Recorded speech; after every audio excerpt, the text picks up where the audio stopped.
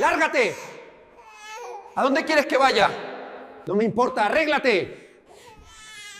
La lluvia golpeaba el pavimento mientras Valeria caminaba por las calles de Ciudad de México, sosteniendo a su bebé Lautaro contra su pecho. Sus pasos eran lentos, vacilantes, como si cada uno fuera una herida abierta. La maleta que arrastraba con la mano libre había perdido una rueda 3 cuadras atrás, y ahora dejaba un rastro sobre el asfalto mojado. Las lágrimas se mezclaban con las gotas de lluvia en su rostro, pero había algo en sus ojos que brillaba diferente. No era solo dolor, era algo más profundo, más peligroso. Lautaro lloró suavemente y ella se detuvo bajo la marquesina de una tienda cerrada. Con manos temblorosas, sacó su teléfono del bolsillo de su abrigo empapado y marcó un número que conocía de memoria. Tía Alicia. Susurró cuando escuchó la voz familiar al otro lado de la línea. «Es hora». «¿Ya pasó?», preguntó la voz madura, llena de una tranquilidad que contrastaba con la tormenta. «Sí, me echó. Tal como dijiste que haría». Valeria miró hacia el edificio donde había vivido los últimos 5 años, donde las luces del apartamento del 10º piso aún estaban encendidas. «Él no sabe lo que viene. Entonces ven a casa, niña. Es momento de que Ricardo Mendoza aprenda quién es realmente Valeria Santos».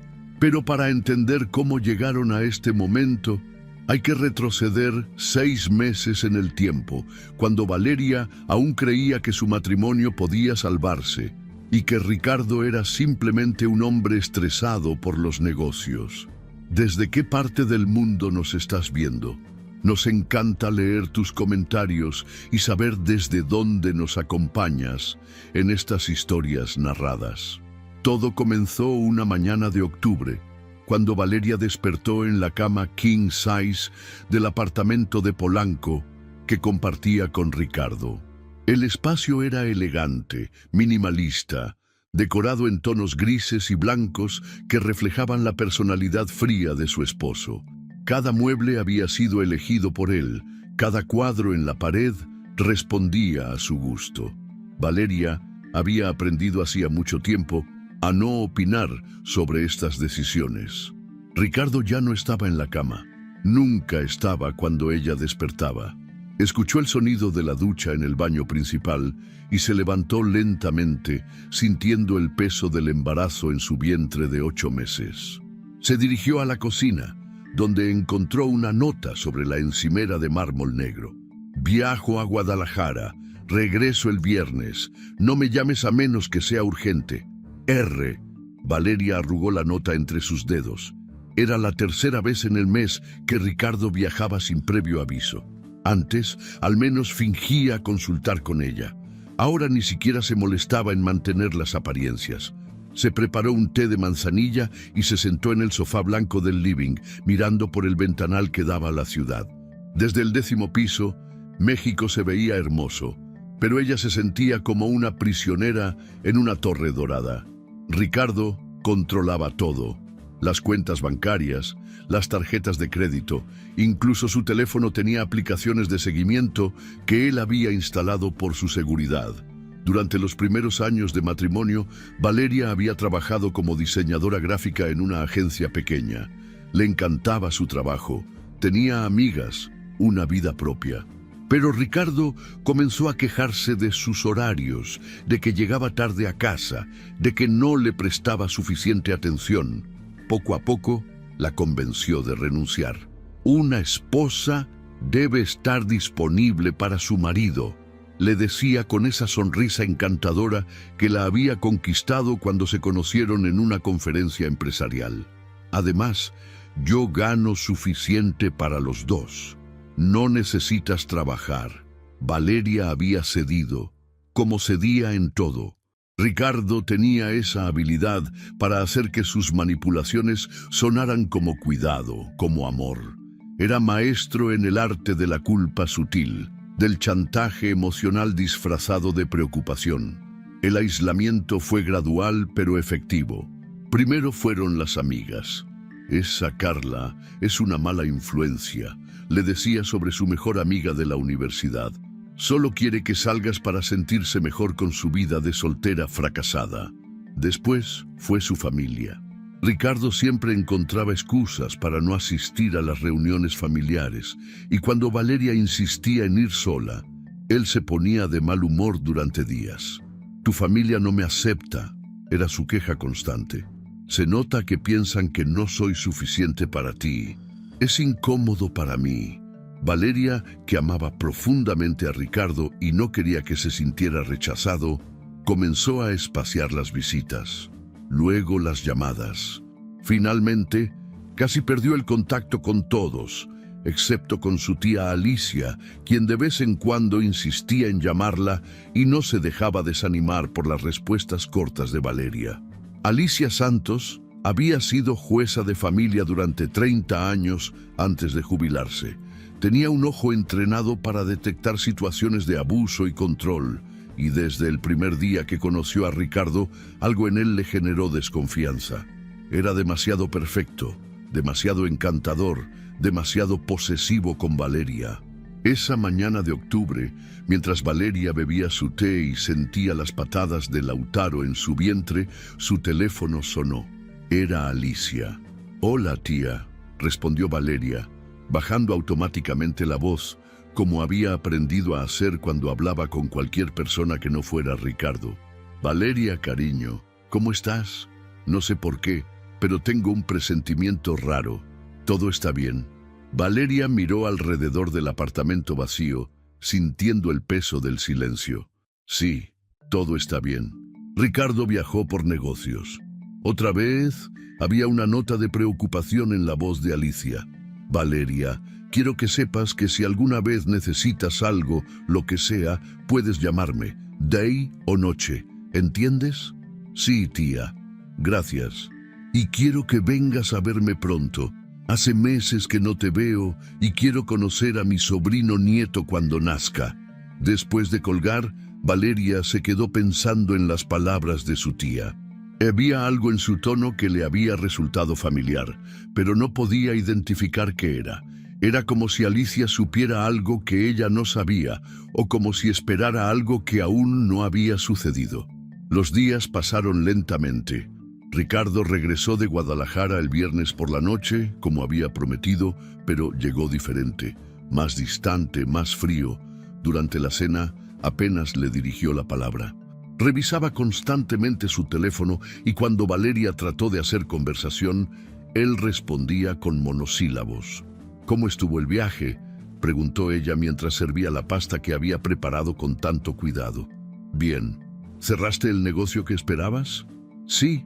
¿Todo está bien, Ricardo? Te noto extraño». Él levantó la vista del teléfono y la miró con una expresión que ella no reconoció. Había algo calculador en sus ojos, algo frío, que la hizo estremecerse. «Todo está perfecto, Valeria. No te preocupes por cosas que no entiendes». Esa noche, Ricardo no fue a la cama. Se quedó en su oficina hasta muy tarde, haciendo llamadas en voz baja.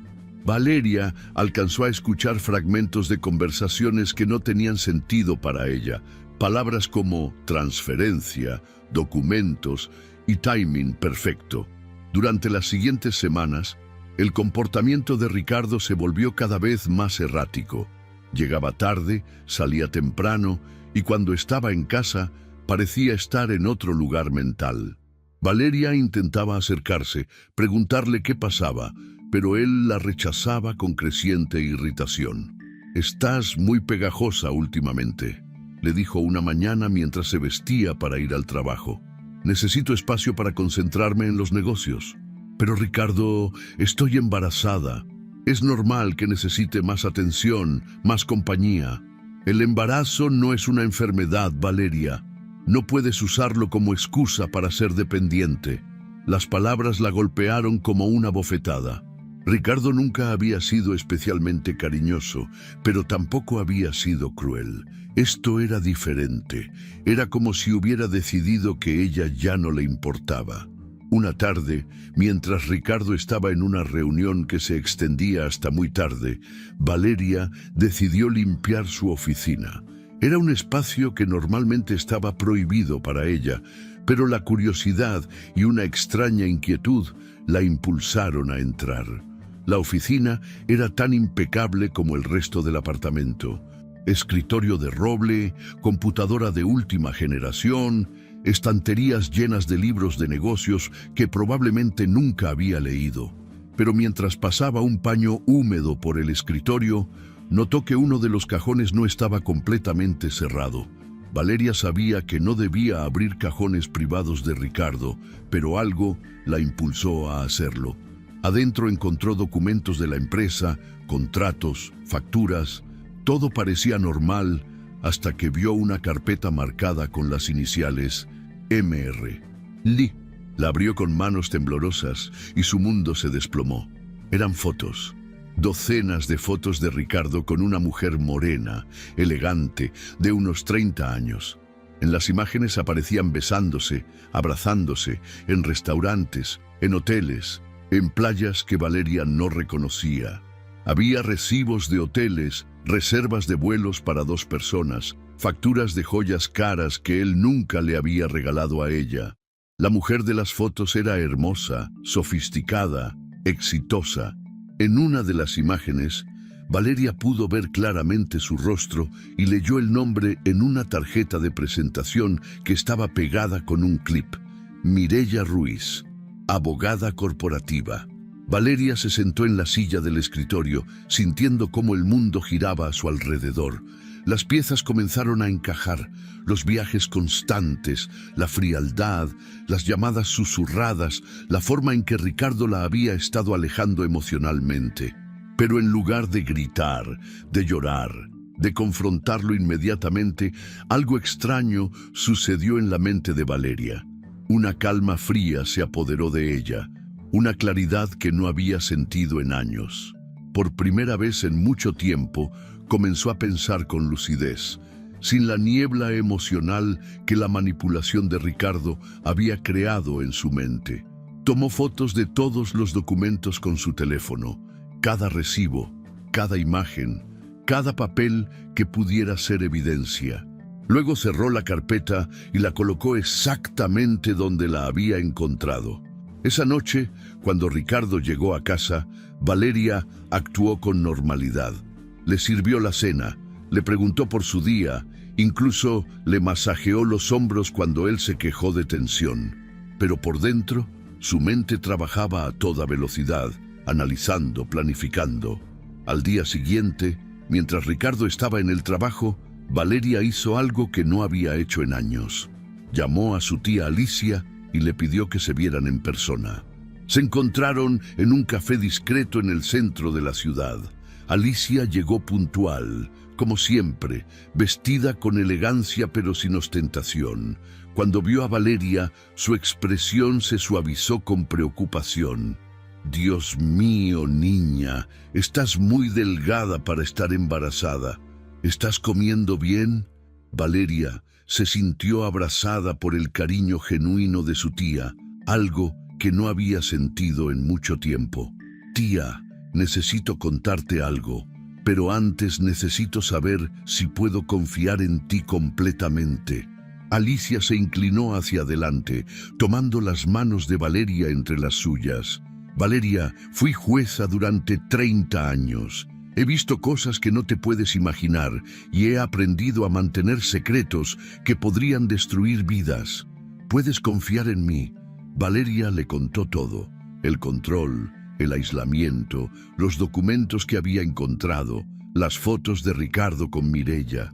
Alicia escuchó en silencio, con la expresión seria y concentrada que probablemente había usado en sus años como jueza. «¿Qué quieres hacer?», preguntó Alicia cuando Valeria terminó de hablar. «No lo sé, estoy embarazada, no tengo trabajo, no tengo dinero propio.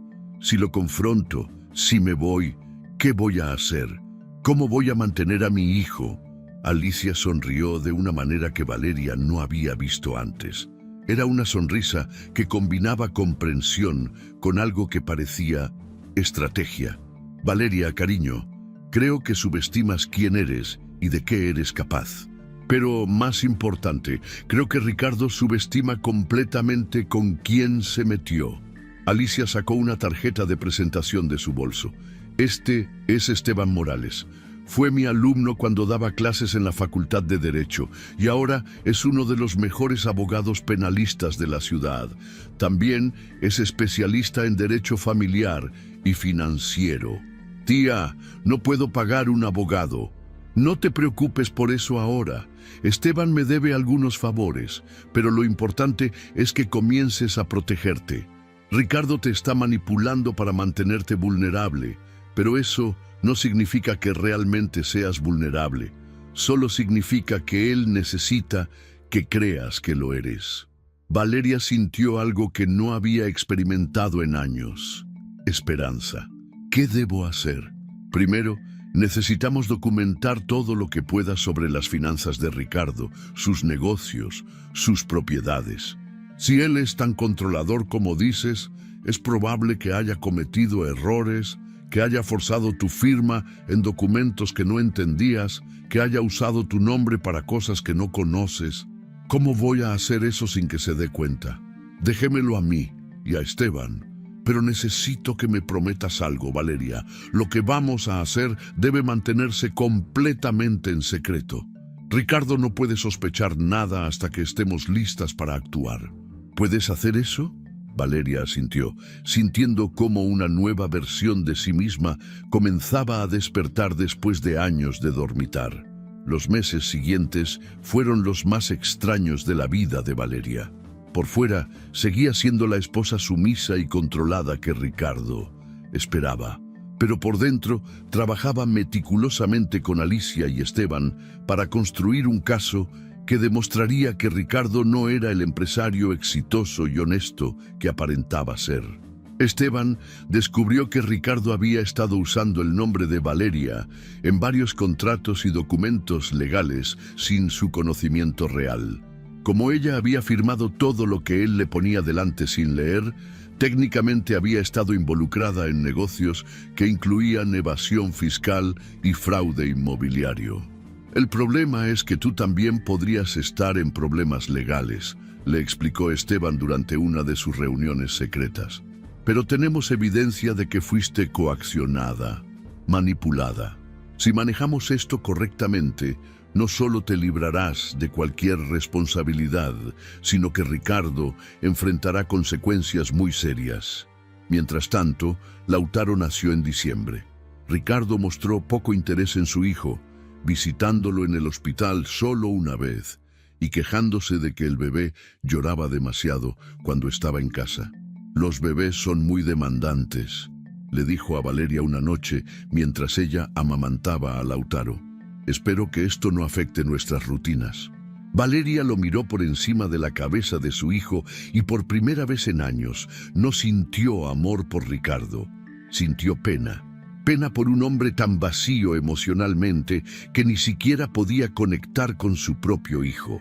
En enero, Ricardo comenzó a hablar de cambios en su vida. Mencionaba casualmente que estaba reevaluando prioridades, que quería simplificar cosas. Valeria sabía exactamente lo que eso significaba. Se estaba preparando para dejarla por Mireia. Una noche, mientras fingía dormir, escuchó a Ricardo hablando por teléfono en el balcón. No va a ser un problema. Ella no tiene nada a su nombre, no tiene trabajo, no tiene apoyo familiar real. Va a ser fácil. Hubo una pausa. Sí, amor. Ya casi terminamos con esto. Pronto podremos estar juntos sin escondernos. Al día siguiente, Valeria llamó a Alicia. Creo que es el momento, le dijo. Él va a actuar pronto. ¿Estás lista, niña? Más que lista, tía. Estoy ansiosa. Y así fue como llegaron a esa tarde de febrero, cuando Ricardo entró al apartamento con una expresión que Valeria reconoció inmediatamente. Era la misma expresión que había visto en las fotos con Mireia. Fría, calculadora, sin una pizca de remordimiento. Valeria, necesitamos hablar, dijo, ni siquiera mirando hacia donde Lautaro dormía en su cuna. ¿De qué?, preguntó ella, fingiendo inocencia. De nosotros, de nuestro matrimonio, de lo que viene después. Ricardo se sirvió un whisky y se sentó en el sofá blanco, mirándola como si fuera un problema que necesitaba resolver. He estado pensando mucho últimamente y creo que nos hemos alejado demasiado. Ya no somos compatibles. Ricardo, podemos ir a terapia de pareja, podemos trabajar en esto. No, Valeria, no se trata de trabajar en nada, se trata de aceptar la realidad. Yo he cambiado, mis necesidades han cambiado y tú, bueno, tú sigues siendo la misma persona que eras hace 5 años. Y eso es malo. No es malo ni bueno, simplemente ya no funciona para mí. Tomó un sorbo de whisky. He conocido a alguien más. Valeria fingió shock, llevándose la mano al pecho. ¿Qué? ¿Cómo puedes decirme eso? Acabamos de tener un hijo.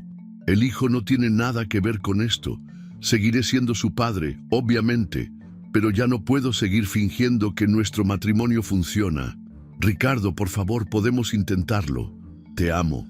Él la miró con una mezcla de impaciencia y desdén que le reveló más sobre su verdadera naturaleza de lo que años de matrimonio habían logrado. Valeria, tienes que ser práctica. Este apartamento está a mi nombre, las cuentas están a mi nombre, el auto está a mi nombre. Tú no tienes nada, no tienes trabajo, no tienes ahorros, no tienes a dónde ir, pero no soy un monstruo. Te voy a dar tiempo para que encuentres algo, para que te organices. ¿Cuánto tiempo? Hasta mañana por la noche. Las palabras golpearon a Valeria como un puñetazo en el estómago, no por la crueldad del plazo, sino por la confirmación de que Ricardo realmente creía que ella era tan débil e indefensa como él había trabajado para que fuera. Mañana, Ricardo, estás loco. ¿Dónde voy a ir con un bebé de 2 meses? Eso no es mi problema, Valeria. Tuviste años para construir una vida independiente y elegiste depender completamente de mí. Ahora tienes que enfrentar las consecuencias de esa decisión. ¿Y si me niego a irme? Ricardo sonrió de una manera que le heló la sangre. Este apartamento es mío. Puedo llamar a la policía y hacer que te saquen por invasión de propiedad. ¿Realmente quieres que tu hijo vea eso? Valeria comenzó a llorar, pero no eran lágrimas de desesperación, eran lágrimas de liberación. Finalmente, después de años de manipulación sutil, Ricardo había mostrado su verdadero rostro. Ya no tendría que sentir culpa por lo que estaba planeando. Por favor, Ricardo, te lo suplico, dame más tiempo. 1 semana al menos. No, ni siquiera por tu hijo. Mi hijo estará bien. Los niños se adaptan. Esa noche, Valeria hizo las maletas mientras Ricardo salía a celebrar su libertad, como le dijo con una sonrisa cruel. Empacó solo lo esencial. Ropa para ella y para Lautaro, documentos importantes, algunos recuerdos. Pero también empacó algo que Ricardo no sabía que existía. Una copia de todos los documentos que había estado recopilando durante meses, todas las evidencias de sus negocios fraudulentos, todas las pruebas de sus infidelidades. Al día siguiente, cuando Ricardo llegó con una botella de champán para celebrar su nueva vida, encontró a Valeria en la puerta con su maleta y su bebé en brazos. «Me voy», le dijo con voz quebrada, «pero quiero que sepas que esto va a destruir a Lautaro. Va a crecer preguntándose por qué su padre no lo quiso lo suficiente para mantener a su familia unida. Lautaro va a entender cuando sea mayor. Va a tener una madrastra que realmente puede ser un buen ejemplo para él, no alguien que se queda en casa sin hacer nada productivo. ¿Ya la conoce? Pronto la conocerá. Mireya está ansiosa por formar una familia real». Valeria asintió, grabando cada palabra en su memoria. «Adiós, Ricardo. Adiós, Valeria. Espero que encuentres la manera de ser feliz». Y así fue como Valeria se encontró caminando bajo la lluvia, con su hijo en brazos y su vida aparentemente destruida. Pero mientras marcaba el número de Alicia, una sonrisa pequeña pero real apareció en sus labios. Ricardo acababa de cometer el error más grande de su vida. Y lo que no sabía era que Valeria Santos, la mujer que él creía haber derrotado, estaba a punto de demostrarle que la venganza más poderosa no es la que se ejecuta con furia, sino la que se planifica con paciencia y se sirve con una sonrisa. La casa de Alicia Santos olía a café recién hecho y a los libros de derecho que llenaban cada rincón. Era una construcción de los años 60 en la colonia Roma Norte, con techos altos, pisos de madera y ventanas grandes que dejaban entrar la luz natural. Para Valeria, después de años viviendo en el apartamento minimalista y frío de Ricardo, la calidez de esa casa se sentía como un abrazo. Lautaro dormía tranquilo en la cuna improvisada que Alicia había armado en el cuarto de huéspedes. Era la primera vez en semanas que el bebé parecía realmente relajado. Incluso él había sentido la tensión del apartamento de Polanco. ¿Café o té?, preguntó Alicia, apareciendo en la puerta de la cocina con una bandeja en las manos. Café, por favor. Necesito estar muy despierta para lo que viene. Alicia se sentó frente a Valeria en la mesa de madera maciza del comedor. Entre ellas había extendidos docenas de documentos, contratos, facturas, extractos bancarios, fotografías impresas y carpetas llenas de papeles que Valeria había estado reuniendo durante meses. Antes de que llame a Esteban, necesito que me expliques exactamente cómo conseguiste todo esto, dijo Alicia, ajustándose las gafas de lectura. Porque lo que veo aquí no es solo evidencia de infidelidad. Esto es evidencia de fraude sistemático. Valeria tomó un sorbo de café y sintió cómo la cafeína comenzaba a despejar su mente. Todo empezó cuando encontré las fotos de Ricardo con Mireia. Al principio, solo quería entender qué estaba pasando, pero después me di cuenta de que había patrones extraños en su comportamiento. Los viajes no coincidían con lo que me decía, las llamadas nocturnas, las reuniones en horarios raros. ¿Y decidiste investigar? Decidí prestar atención. Durante años, Ricardo me hacía firmar papeles sin explicarme qué eran. Siempre me decía que eran cosas rutinarias, documentos del apartamento, renovaciones de seguros, formalidades legales. Yo confiaba en él completamente. Alicia asintió con expresión sombría. Continúa. Pero después de descubrir lo de Mireia, comencé a leer todo antes de firmar. Y cuando él no estaba, fotocopiaba todos los documentos que había firmado antes. Valeria señaló una pila de papeles. Resulta que he estado firmando como representante legal de 3 empresas fantasma que ni siquiera sabía que existían. Dios mío, hay más. Ricardo usó mi firma para avalar créditos millonarios, para comprar propiedades que luego vendía por debajo del precio de mercado a compradores, que resultan ser empresas donde Mireia figura como socia. Es lavado de dinero, ¿verdad? Alicia examinó los documentos con ojo experto, su expresión volviéndose más seria con cada página. Esto es mucho más grave de lo que imaginé, Valeria. No solo es lavado de dinero, también hay evasión fiscal, fraude inmobiliario y uso indebido de documentos. Ricardo te convirtió en cómplice involuntaria de al menos 6 delitos federales diferentes. ¿Eso significa que yo también estoy en problemas? No si manejamos esto correctamente. Tienes evidencia clara de que fuiste manipulada y coaccionada, pero necesitamos actuar rápido y necesitamos hacerlo bien. Alicia sacó su teléfono. Es hora de llamar a Esteban. Esteban Morales llegó 2 horas después. Era un hombre de 45 años, alto, con cabello canoso en las sienes y una presencia que inspiraba confianza inmediata. Vestía un traje sencillo pero bien cortado, y cuando estrechó la mano de Valeria, su apretón fue firme pero gentil. Alicia me contó lo básico por teléfono, dijo, sentándose en el sofá del living. Pero necesito que me cuentes todo desde el principio. Cada detalle puede ser importante. Valeria volvió a relatar su historia, pero esta vez con Esteban tomando notas detalladas y haciendo preguntas específicas sobre fechas, lugares y personas involucradas.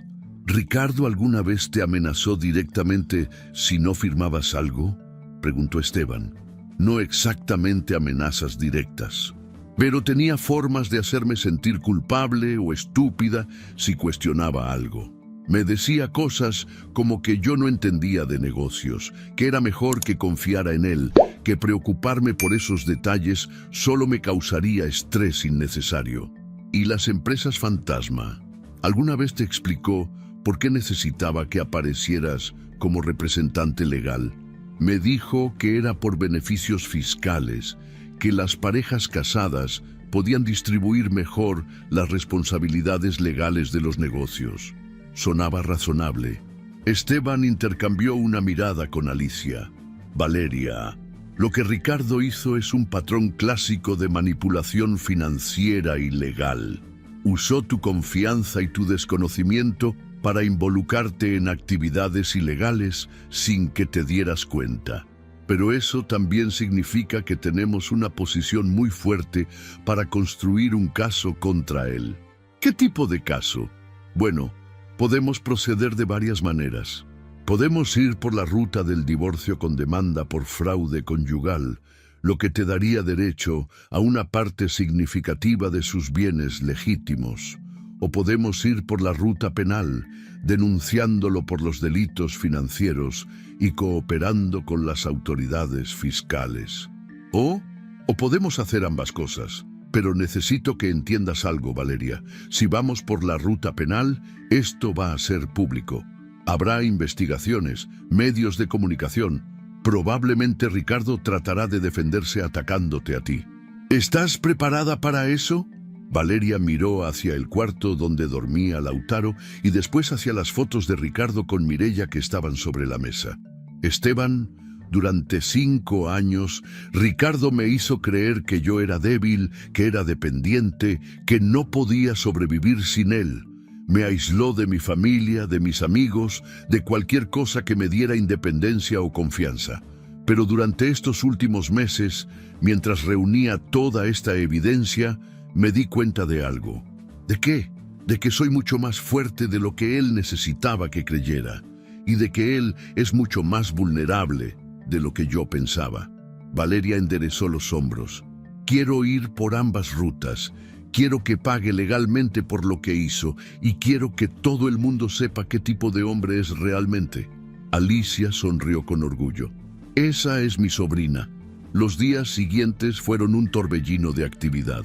Esteban comenzó a trabajar con un contador forense para rastrear todas las transacciones financieras dudosas.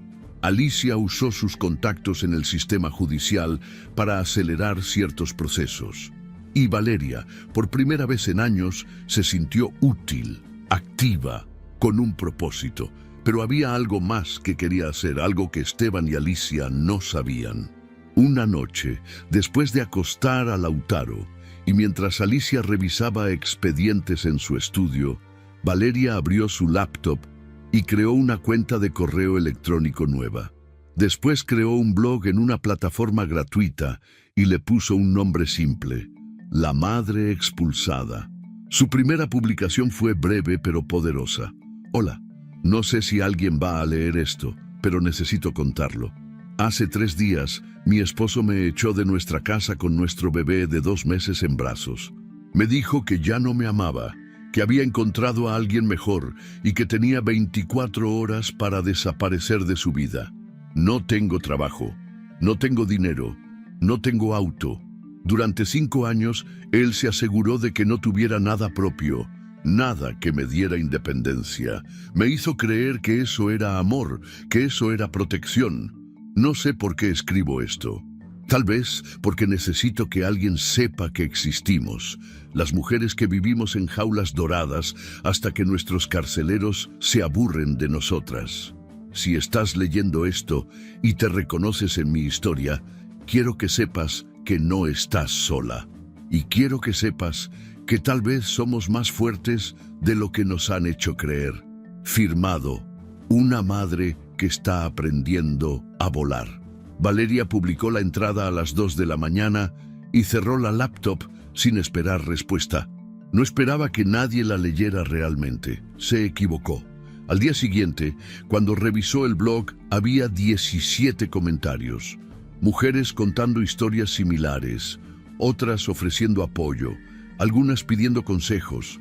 La entrada había sido compartida en redes sociales y el contador mostraba más de 500 visitas. Esa noche escribió una segunda entrada.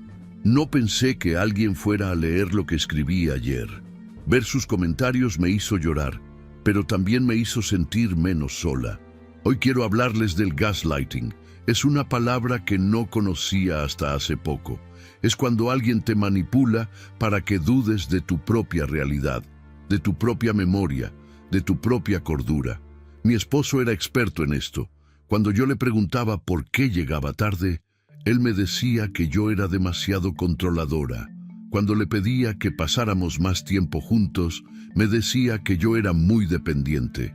Cuando trataba de hacer amigos, me convencía de que esas personas me estaban usando.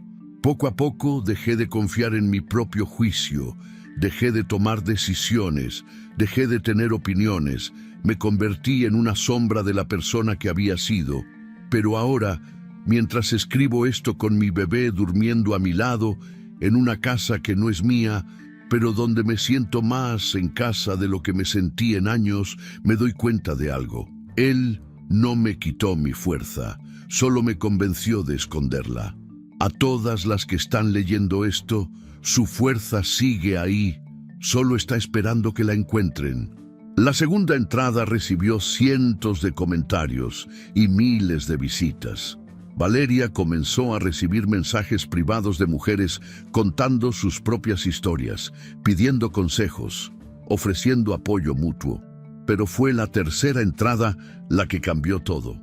Hoy quiero hablarles de mi esposo perfecto, porque esa era la imagen que él cultivaba cuidadosamente.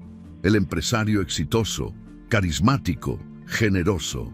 El tipo de hombre que donaba a caridades, que era cortés con los meseros, que siempre tenía una sonrisa encantadora para las cámaras. Las personas que nos conocían de manera superficial pensaban que yo tenía suerte. «¡Qué marido tan maravilloso tienes!», me decían. «¡Qué afortunada eres!». Y yo lo creía. Pensaba que sus celos eran pasión, que su control era protección, que su manipulación era cuidado.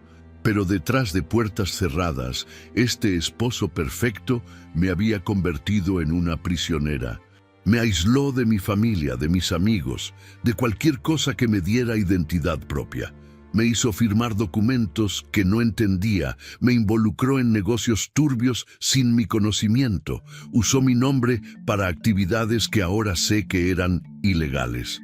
Y cuando decidió que ya no me necesitaba, cuando encontró un juguete nuevo y más brillante, me descartó como si fuera basura. Lo que él no sabe es que durante meses estuve documentando todo. Cada papel que me hizo firmar, cada transacción sospechosa, cada mentira que me dijo. Lo que él no sabe es que su esposa perfecta resultó ser más inteligente de lo que él necesitaba que fuera. Mi esposo perfecto va a descubrir pronto que subestimó completamente a la mujer equivocada. Esta entrada se volvió viral en menos de 24 horas. Fue compartida en Twitter, Facebook, Instagram y TikTok. Los comentarios llegaron a miles y entre ellos comenzaron a aparecer mensajes diferentes. Mi hermana vivió algo similar con su ex. También era empresario inmobiliario aquí en CDMX. Esto suena exactamente como el esposo de una amiga. Él también está en bienes raíces y también tiene esa sonrisa falsa. ¿Tu ex trabajaba en Polanco? Porque conozco a alguien que encaja perfectamente con esta descripción. Valeria se dio cuenta de que las personas estaban comenzando a investigar. Algunos comentarios mencionaban nombres, direcciones, empresas. Era solo cuestión de tiempo antes de que alguien identificara a Ricardo. Mientras tanto, Esteban avanzaba con las denuncias legales. Había presentado la documentación ante las autoridades fiscales y ante la Procuraduría General de la República. Las investigaciones formales habían comenzado. «Van a congelar sus cuentas en los próximos días», le informó Esteban durante una reunión en casa de Alicia. «Y van a citar a declarar a todos los involucrados en las empresas fantasma, incluyendo a Mireya». ¿Cuánto tiempo tenemos antes de que Ricardo se dé cuenta de lo que está pasando? No mucho. Tal vez una semana, máximo 2. Una vez que congelen las cuentas, él va a saber que algo anda mal. Perfecto, dijo Valeria con una sonrisa que sorprendió tanto a Esteban como a Alicia. Para entonces ya no importará que lo sepa.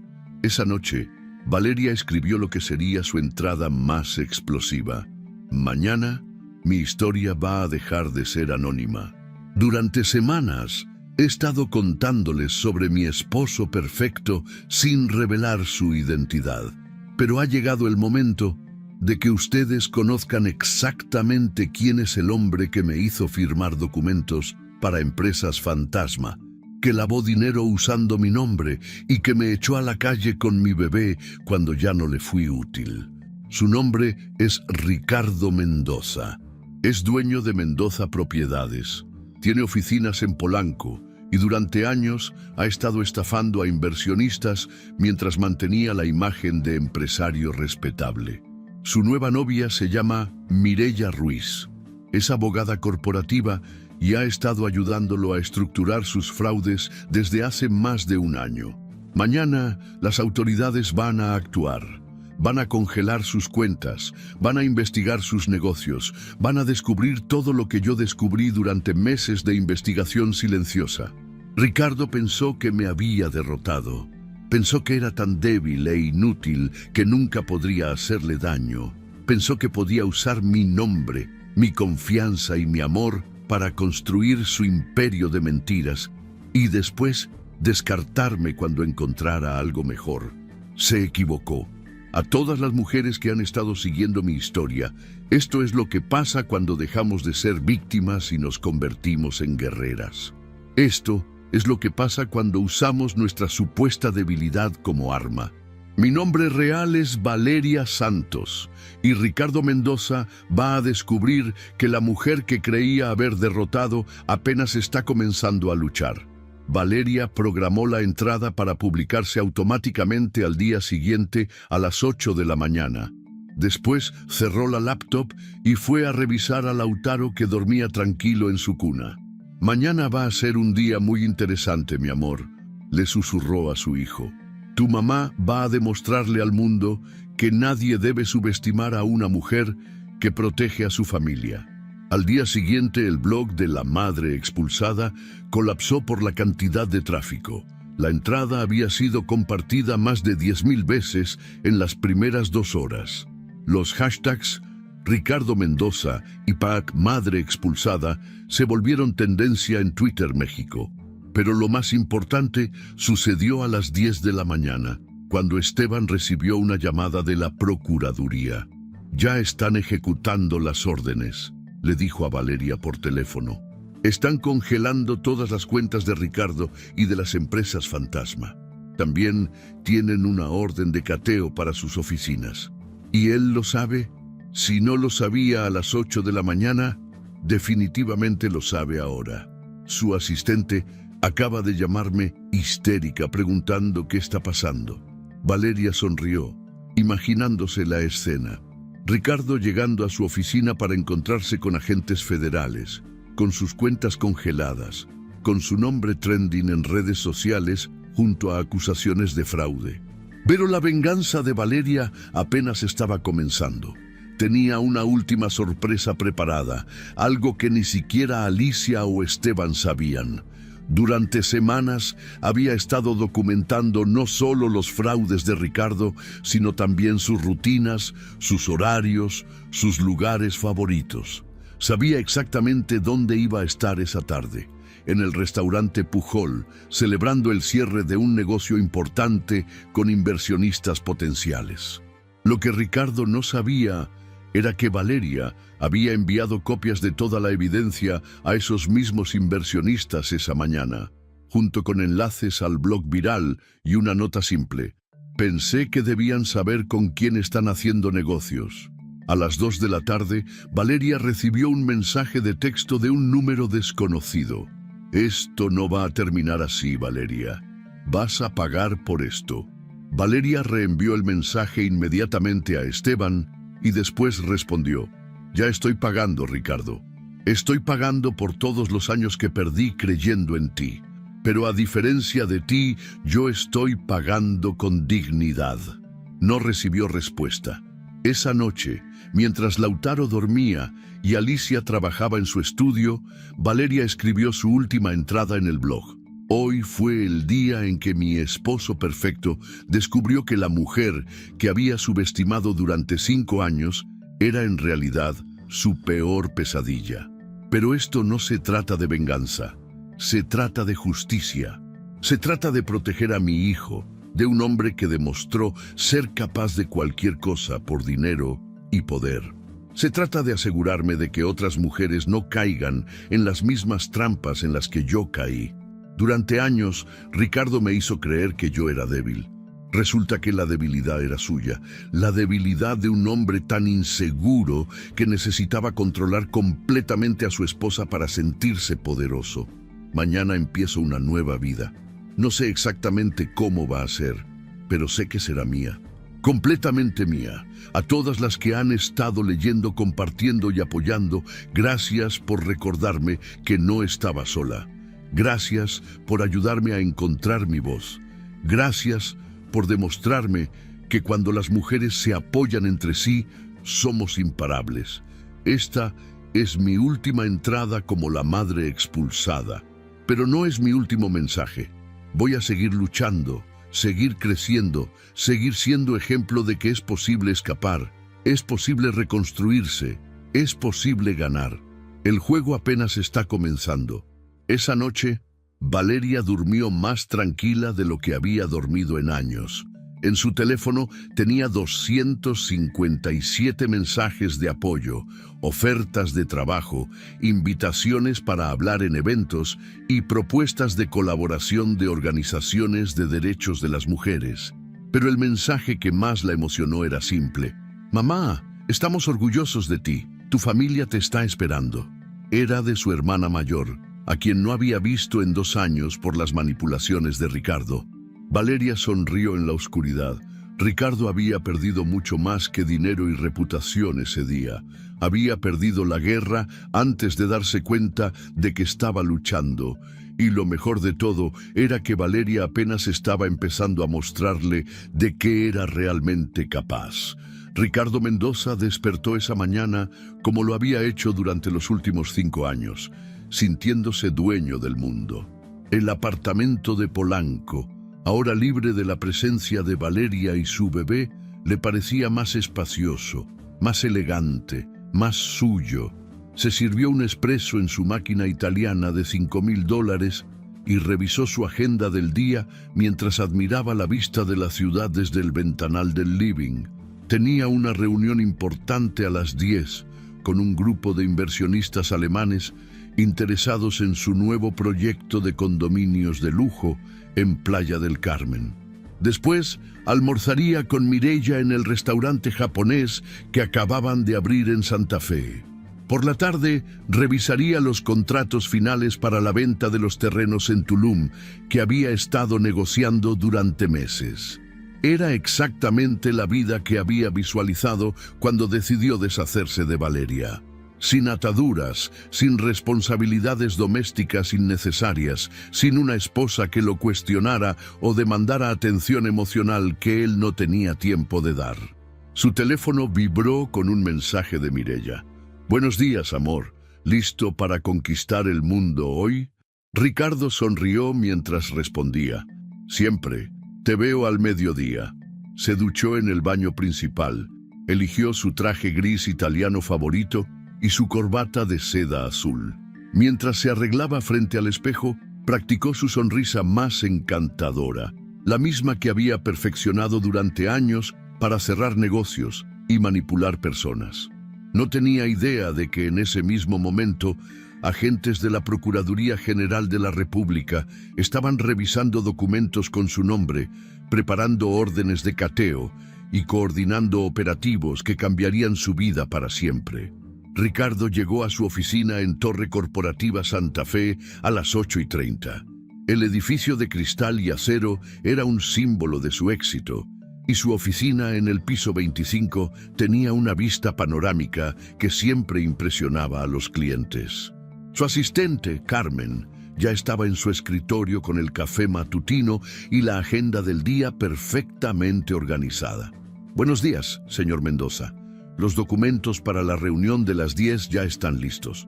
También llegó correspondencia del banco, pero no me pareció urgente. Perfecto, Carmen. ¿Confirmaste la reserva para el almuerzo? Sí, mesa para 2 a las 12:30. ¿Algo más? Por ahora no. Avísame 5 minutos antes de que lleguen los alemanes. Ricardo se instaló en su oficina, revisó los emails matutinos y se concentró en los números finales del proyecto de Playa del Carmen. Los márgenes de ganancia eran extraordinarios, especialmente considerando los métodos creativos que había usado para adquirir los terrenos a precios muy por debajo del mercado. A las 9:45, Carmen entró a su oficina con una expresión extraña.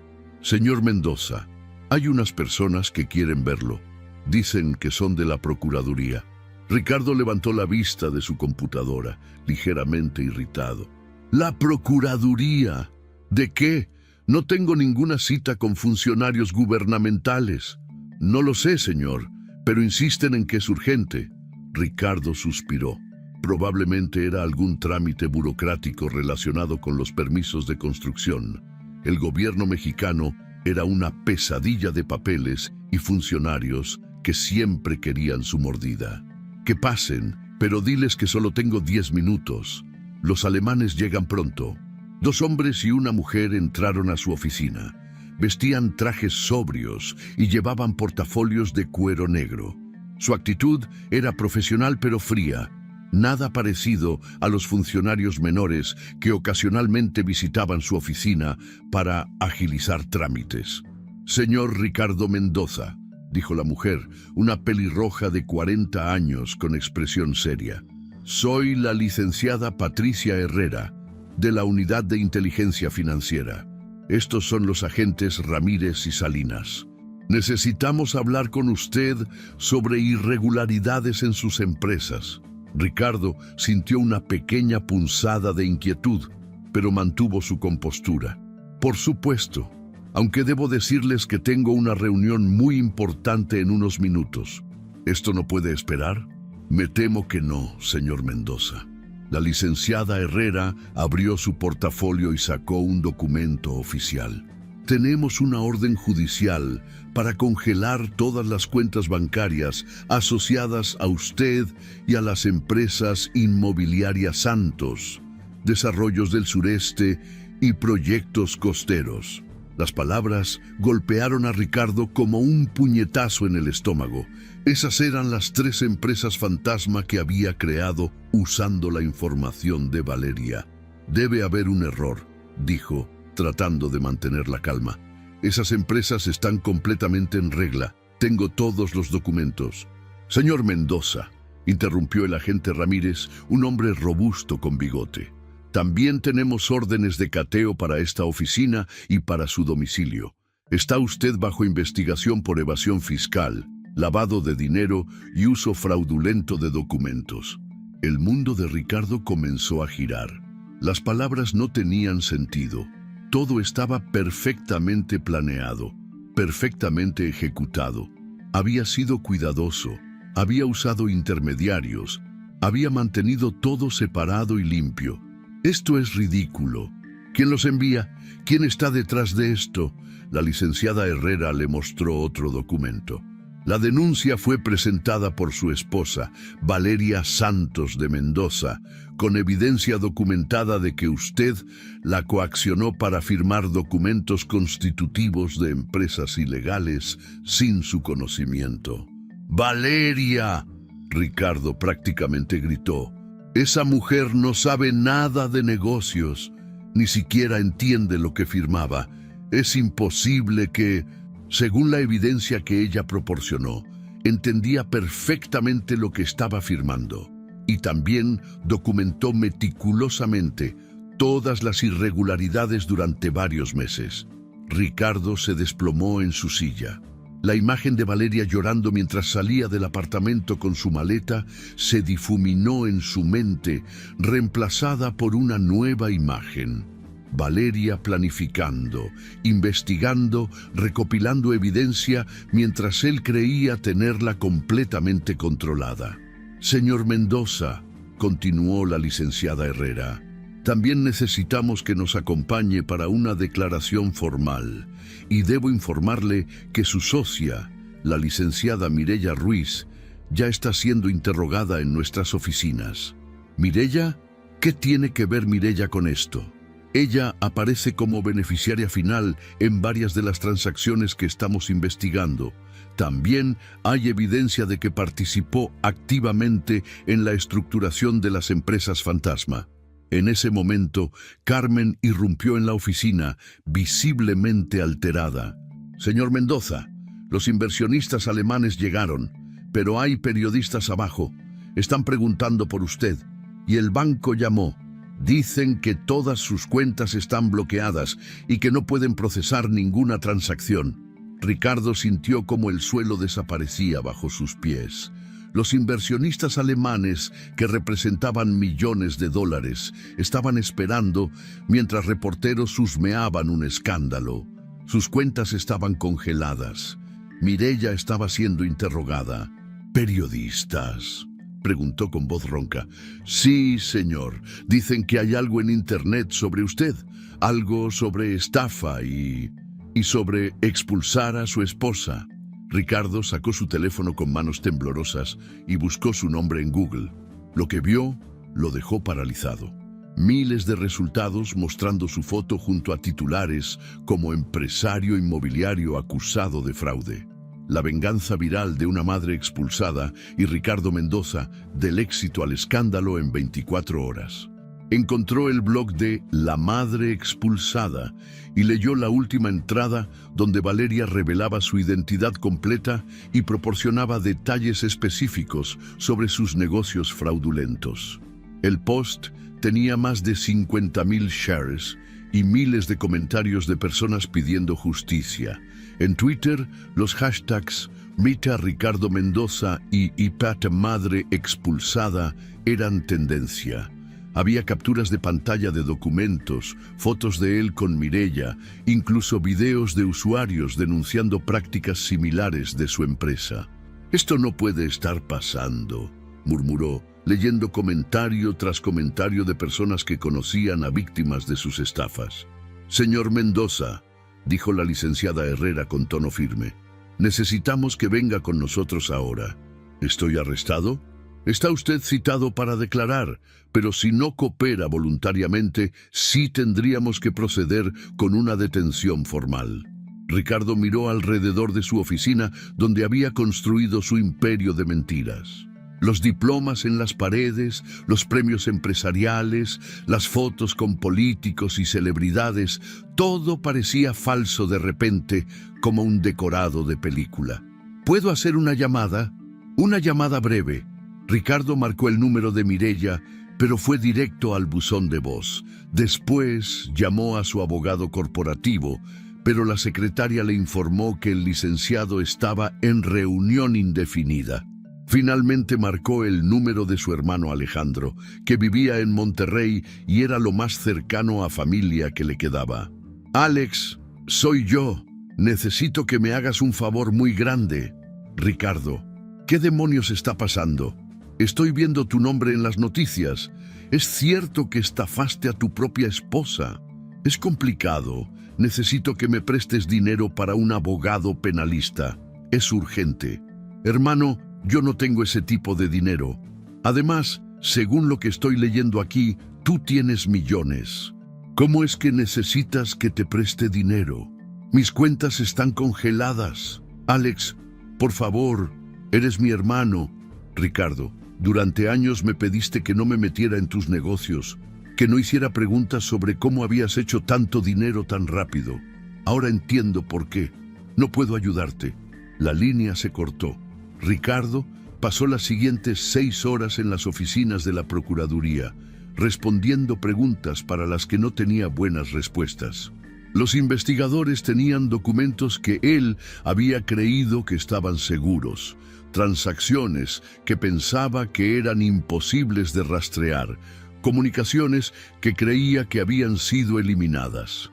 Cuando finalmente lo liberaron con restricciones para viajar y la orden de presentarse semanalmente, ya era de noche. Su teléfono tenía 143 llamadas perdidas. Reporteros, clientes furiosos, inversionistas exigiendo explicaciones, empleados preguntando si iban a cobrar sus salarios. Tomó un taxi de regreso a su apartamento, pero cuando llegó al edificio, había reporteros esperando en el lobby. Tuvo que usar la entrada de servicio para evitarlos. Su apartamento, que esa mañana le había parecido un santuario de éxito, ahora se sentía como una prisión. Se sirvió un whisky doble y se sentó en su sofá blanco, tratando de procesar lo que había sucedido. Su teléfono sonó. Era Mireya. ¿Mireya? Gracias a Dios. ¿Estás bien? ¿Qué te dijeron? Ricardo. La voz de Mireya sonaba fría, distante. Necesitamos hablar. Sí, por supuesto. Ven al apartamento. Tenemos que planear cómo... No, Ricardo, no voy a ir al apartamento. Y no vamos a planear nada juntos. ¿Qué quieres decir? Quiero decir que después de pasar 6 horas siendo interrogada sobre delitos de los que no sabía nada, he decidido que necesito protegerme a mí misma. Mireya, amor, puedo explicarte todo. Sí, algunas cosas no fueron exactamente legales, pero podemos solucionarlo. Tengo contactos, tengo abogados. Ricardo, durante el interrogatorio me mostraron documentos donde aparezco como beneficiaria de empresas que nunca supe que existían. Me dijeron que usaste mi información personal para crear cuentas bancarias en paraísos fiscales. ¿Es eso cierto? Ricardo guardó silencio. En su prisa por estructurar las operaciones de lavado de dinero, había usado información de Mireya de la misma manera que había usado la de Valeria, sin su conocimiento completo. Mireya, necesitas entender que todo lo que hice fue para nosotros, para nuestro futuro. Todo lo que hiciste fue para ti, Ricardo. Y ahora que estás en problemas, quieres arrastrarme contigo, pero no voy a permitirlo. ¿Qué estás diciendo? Estoy diciendo que voy a cooperar completamente con las autoridades. Voy a entregarles toda la información que tengo sobre nuestras comunicaciones, sobre los documentos que me pediste que revisara, sobre todo lo que sé de tus negocios. No puedes hacer eso. Se supone que me amas. Creí que te amaba, pero resulta que me enamoré de una mentira, igual que Valeria. La diferencia es que ella fue lo suficientemente inteligente para salir antes de que fuera demasiado tarde. Mireya, por favor, adiós, Ricardo. Mi abogado te contactará sobre la demanda civil que voy a presentar contra ti por usar mi identidad sin mi consentimiento. La línea se cortó. Ricardo arrojó el teléfono contra la pared, donde se estrelló y se hizo pedazos. Se sirvió otro whisky, después otro más. A medida que el alcohol hacía efecto, su shock se transformó en ira. Todo esto era culpa de Valeria. Ella había destruido su vida, había destruido su relación con Mireya, había destruido su empresa. La mujer que él había cuidado durante 5 años, que había mantenido en lujo, que había protegido de las complejidades del mundo real, lo había traicionado de la manera más cruel posible. Pero Ricardo no conocía realmente a Valeria. Nunca la había conocido. Había conocido solo la versión de ella que había creado, sumisa, dependiente, indefensa.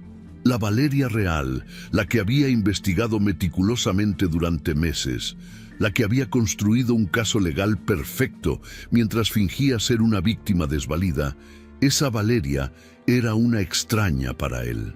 Los días siguientes fueron una pesadilla progresiva. Los titulares no cesaban. Sus clientes cancelaron contratos. Los inversionistas iniciaron demandas. Los empleados renunciaron masivamente cuando se dieron cuenta de que sus salarios no iban a ser pagados.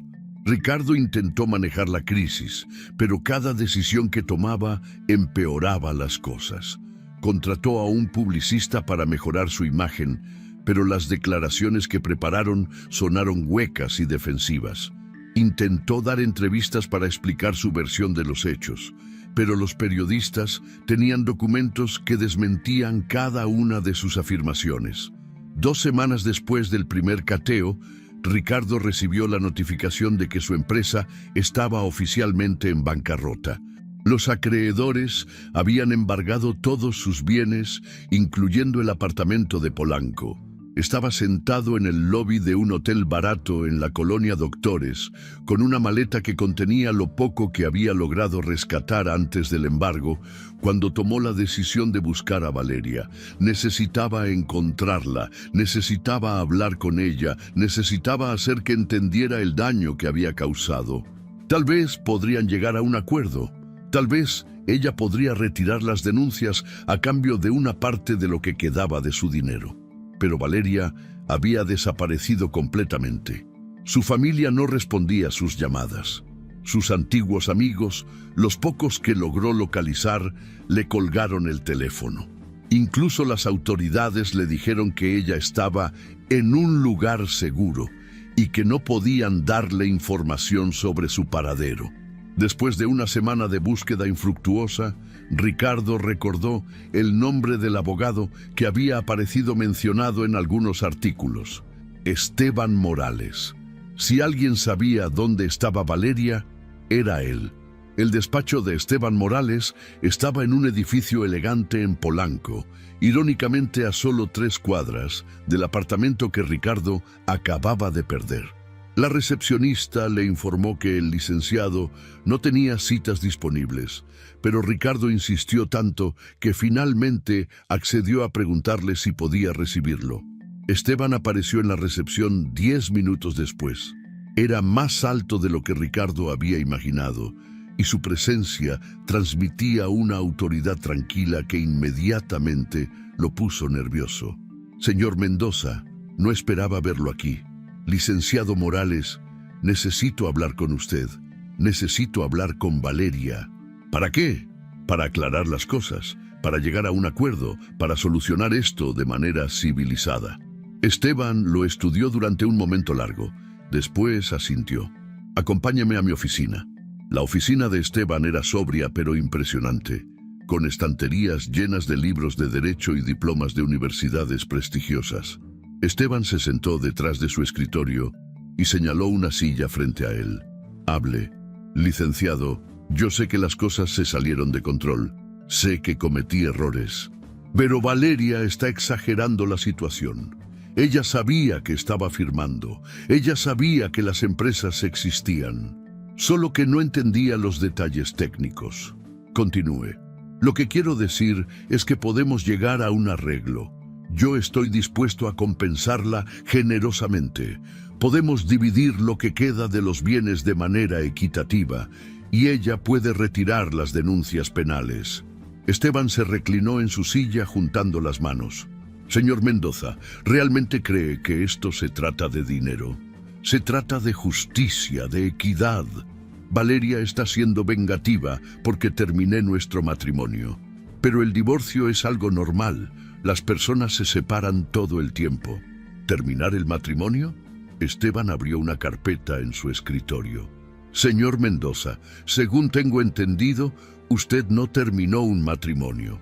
Usted echó a su esposa a la calle con un bebé de 2 meses, después de aislarla de su familia durante años y de involucrarla en actividades criminales sin su conocimiento. Eso es una exageración dramática de... ¿Es una exageración?» Esteban sacó unas fotos de la carpeta.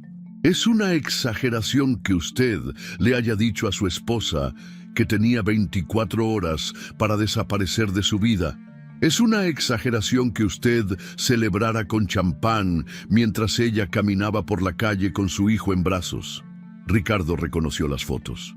Eran de él con Mireya en varios hoteles y restaurantes, pero también había fotos que no recordaba haber visto antes. Él brindando en el apartamento la noche que echó a Valeria, él besando a Mireya mientras Valeria probablemente estaba buscando dónde dormir con el bebé. ¿Cómo tienen estas fotos? Valeria es más inteligente de lo que usted jamás se imaginó, señor Mendoza. Durante meses, mientras usted creía tenerla completamente controlada, ella estaba documentando cada movimiento, cada mentira, cada traición. Pero, licenciado, usted tiene que entender mi posición. Yo mantuve a Valeria durante 5 años. Le di una vida de lujo, la protegí, la cuidé. ¿La protegió? Esteban se inclinó hacia adelante. Señor Mendoza, la aisló de su familia. Le quitó su independencia económica. La manipuló para que firmara documentos que la convirtieron en cómplice involuntaria de delitos federales. La controló psicológicamente hasta el punto de que ella dudaba de su propia cordura. ¿A eso llama usted protección? Ricardo sintió cómo la desesperación comenzaba a apoderarse de él. Está bien. Tal vez fui demasiado controlador. Tal vez no manejé las cosas de la mejor manera. Pero, licenciado, Valeria me está destruyendo. Mi empresa quebró, perdí mi casa, perdí a mi novia, perdí todo. No es suficiente castigo. Castigo. Esteban sonrió fríamente. Señor Mendoza, esto no es un castigo, es justicia. Es lo que sucede cuando las acciones tienen consecuencias. Por favor. Ricardo se inclinó hacia adelante con lágrimas en los ojos. Solo quiero hablar con ella. Solo quiero pedirle perdón y ver si podemos arreglar esto. Valeria no quiere hablar con usted. ¿Ni siquiera 5 minutos? ¿Ni siquiera para que pueda explicarle? Señor Mendoza, Valeria no necesita que usted le explique nada. Ella entendió perfectamente lo que usted es desde el momento en que encontró las fotos con su amante. La diferencia es que en lugar de confrontarlo inmediatamente como usted esperaba, ella decidió protegerse y proteger a su hijo de la manera más inteligente posible. Pero el dinero, yo puedo darle dinero. Valeria no quiere su dinero, señor Mendoza. Además, según tengo entendido, usted ya no tiene dinero que ofrecer. Ricardo se desplomó en la silla. La realidad de su situación lo golpeó con fuerza total. Había perdido todo. Valeria no quería hablar con él, Mireya lo había abandonado, su familia lo había rechazado, y las autoridades seguían investigando delitos que podrían llevarlo a la cárcel. ¿Qué quiere entonces? Si no quiere dinero, si no quiere hablar conmigo, ¿qué quiere? Esteban cerró la carpeta y lo miró directamente a los ojos. Quiere que usted enfrente las consecuencias de sus acciones. Quiere que la justicia siga su curso. Quiere que su hijo crezca sabiendo que su madre tuvo el valor de luchar contra la injusticia, sin importar cuán poderoso pareciera su oponente. Pero yo la amaba. No, señor Mendoza, usted no amaba a Valeria. Usted amaba la idea de tener control total sobre otra persona. Amaba tener a alguien que dependiera completamente de usted, que no pudiera cuestionarlo, que no pudiera dejarlo. Eso no es amor, eso es posesión. Ricardo se levantó lentamente de la silla, sintiendo el peso de la derrota en cada músculo de su cuerpo. ¿Y ahora qué? ¿Qué se supone que haga ahora?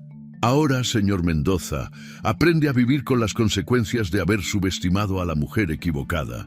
Si esta historia te está tocando el corazón y crees que todas las mujeres merecen justicia, suscríbete para ver cómo termina esta increíble venganza silenciosa. Ricardo salió del despacho de Esteban sintiéndose más pequeño de lo que se había sentido jamás en su vida. En el elevador se miró en el espejo reflectante y vio a un extraño, un hombre derrotado, humillado, sin el poder que siempre había creído que lo definía. Mientras caminaba por las calles de Polanco, pasando por edificios donde había cerrado negocios millonarios, restaurantes donde había seducido a clientes con su encanto, hoteles donde había engañado a su esposa con su amante, Ricardo finalmente entendió algo que Valeria había sabido desde el principio. El poder real no viene de controlar a otros. viene de controlarse a uno mismo, y él acababa de descubrir que nunca había tenido poder real sobre nada. Esa noche, en su cuarto de hotel barato, Ricardo Mendoza se acostó en una cama pequeña e incómoda, escuchando el ruido del tráfico de la ciudad que una vez había creído conquistar. Por primera vez en su vida adulta, no tenía idea de qué haría al día siguiente. Mientras tanto, en algún lugar de la ciudad, Valeria Santos dormía tranquila con su hijo en brazos, sabiendo que había ganado la batalla más importante de su vida, la batalla por su propia libertad. El sol de la mañana se filtraba por las cortinas de algodón blanco del pequeño apartamento en Querétaro, creando patrones de luz dorada sobre el piso de madera clara. Valeria despertó al sonido familiar de Lautaro balbuceando en su cuna, practicando las nuevas sílabas que había aprendido durante la semana. Ya tenía 14 meses y cada día descubría algo nuevo que la llenaba de asombro. Se levantó lentamente, disfrutando la tranquilidad del momento. Este apartamento de 2 habitaciones en el centro histórico de la ciudad era completamente diferente al lujoso espacio minimalista de Polanco donde había vivido con Ricardo. Aquí, las paredes estaban pintadas en tonos cálidos que ella misma había elegido. Los muebles eran sencillos pero cómodos, comprados de segunda mano y restaurados con sus propias manos durante los fines de semana. En cada rincón había toques personales, fotografías de su familia, plantas que cuidaba religiosamente, libros de derecho familiar apilados en el escritorio donde trabajaba por las noches. «Buenos días, mi amor», le susurró a Lautaro mientras lo levantaba de la cuna. El niño le sonrió con esa alegría pura que solo los bebés pueden expresar, y Valeria sintió la familiar sensación de plenitud que experimentaba cada mañana al darse cuenta de que esta vida, construida desde cero, era completamente suya. Su teléfono vibró con un mensaje de Sofía Ramírez, la directora de la Fundación Internacional para Mujeres en Transición, que había financiado su beca para estudiar asesoría legal especializada en casos de violencia económica y psicológica. «Buenos días, Valeria. ¿Lista para la conferencia de mañana? Tenemos confirmadas 300 asistentes de toda Latinoamérica. Tu historia sigue inspirando a mujeres en situaciones similares». Valeria sonrió mientras preparaba el desayuno para ella y Lautaro. Era extraño pensar que hace un año había estado caminando por las calles de Ciudad de México con una maleta y sin saber dónde dormir, y ahora estaba a punto de dirigirse a una conferencia internacional sobre empoderamiento femenino y justicia económica. El camino hasta este momento había sido más complejo de lo que las redes sociales o los medios mostraban. Después del colapso público de Ricardo, Valeria había tenido que enfrentar no solo la reconstrucción de su vida, sino también las secuelas emocionales de años de manipulación psicológica. Los primeros meses habían sido los más difíciles. Aunque legalmente había quedado libre de cualquier responsabilidad en los fraudes de Ricardo, y aunque las autoridades reconocieron que había sido víctima de coerción, Valeria tuvo que lidiar con episodios de ansiedad, ataques de pánico y una crisis de identidad profunda. «No sé quién soy sin él», le había confesado a Alicia durante una de las muchas noches en que se quedaba despierta, incapaz de dormir. «Durante tanto tiempo definí mi valor a través de lo que él pensaba de mí, que ahora no sé cómo definirme a mí misma». Alicia, con su sabiduría de años como jueza y su experiencia personal como mujer que había tenido que luchar por su lugar en un mundo dominado por hombres, se había convertido en más que una tía. Era su mentora, su terapeuta informal y su sistema de apoyo más sólido. «El proceso de redescubrirte a ti misma, después de años de abuso psicológico, no es lineal, niña», le había explicado Alicia. «Habrá días buenos y días malos. Lo importante es que ahora tienes la libertad de explorar quién eres realmente. sin la interferencia de alguien que necesitaba mantenerte pequeña para sentirse grande. Había sido Alicia quien le había sugerido canalizar su experiencia en algo constructivo. Durante los meses que vivió en su casa, Valeria había recibido cientos de mensajes de mujeres que habían leído su blog y querían contarle sus propias historias. Muchas estaban atrapadas en situaciones similares, pero no sabían cómo salir.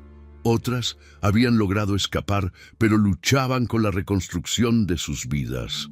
«Tienes una oportunidad única», le había dicho Alicia. «Tu historia se volvió pública de una manera que tocó a miles de personas. Puedes usar esa plataforma para crear algo que realmente ayude a otras mujeres». Así había nacido la idea de formalizar su blog en una organización de ayuda. Con la asesoría de Esteban y el apoyo logístico de Alicia, Valeria había transformado La Madre Expulsada en Mujeres en Renacimiento, una fundación que ofrecía asesoría legal gratuita, apoyo psicológico y recursos prácticos para mujeres que enfrentaban situaciones de abuso económico y emocional. El proyecto había llamado la atención de la Fundación Internacional para Mujeres en Transición, una organización con sede en Ginebra que trabajaba con casos similares en todo el mundo. Cuando le ofrecieron una beca completa para especializarse en Derecho Familiar Internacional con enfoque en violencia económica, Valeria había visto la oportunidad de convertir su dolor en expertise profesional. La decisión de mudarse a Querétaro había sido estratégica. Quería salir de Ciudad de México, alejarse del escenario donde había vivido tanto dolor, pero no quería irse del país. Querétaro le ofrecía la combinación perfecta, una ciudad con historia, cultura y oportunidades profesionales, pero lo suficientemente alejada de su vida anterior para empezar verdaderamente de cero. Además, la Universidad Autónoma de Querétaro tenía un programa de posgrado en Derecho Familiar que complementaba perfectamente su beca internacional. Durante el día estudiaba y por las noches trabajaba remotamente con casos de la Fundación, asesorando a mujeres de toda Latinoamérica que habían encontrado su historia a través de Internet. Mientras daba de desayunar a Lautaro, Valeria revisó los correos de la mañana. Había mensajes de 3 mujeres nuevas que solicitaban asesoría. Una en Colombia cuyo esposo había vaciado sus cuentas bancarias antes de pedirle el divorcio. Otra en Argentina que había descubierto que su pareja la había puesto como avalista de deudas millonarias sin su conocimiento. Y una más en México que sospechaba que su esposo estaba usando su nombre para empresas fantasma. Cada caso le recordaba su propia historia, pero ya no con dolor, sino con determinación. Había aprendido a transformar su experiencia personal en herramientas concretas para ayudar a otras. Su teléfono sonó. Era María Elena, una de las coordinadoras de Mujeres en Renacimiento que trabajaba desde Guadalajara. «Buenos días, Valeria. Te llamo porque necesitamos tomar una decisión sobre la propuesta de Netflix». Valeria suspiró. Durante los últimos 6 meses, varias productoras de televisión y plataformas de streaming habían contactado a la fundación queriendo hacer documentales o series dramáticas basadas en su historia. La propuesta de Netflix era la más seria. Querían hacer una miniserie de 6 capítulos sobre su experiencia, con el compromiso de donar un porcentaje de las ganancias a la fundación. «¿Qué opinas tú?», preguntó Valeria. «Creo que podría ser muy poderoso. Imagínate cuántas mujeres podrían ver la serie y darse cuenta de que no están solas, de que sí es posible salir de situaciones así. Pero también me preocupa la sensacionalización. No quiero que conviertan mi historia en entretenimiento barato. Por eso es importante que tengamos control creativo. La propuesta incluye que tú seas productora ejecutiva y que puedas aprobar el guión final».